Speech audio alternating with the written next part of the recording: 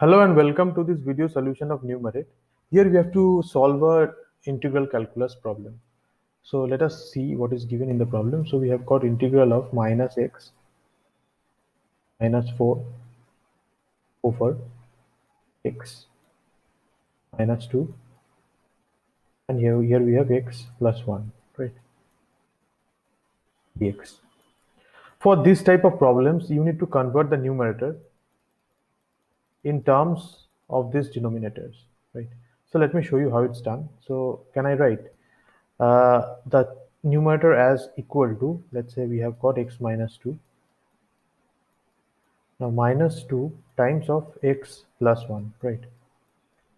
If you look into this closely, then this will actually give you this numerator, right?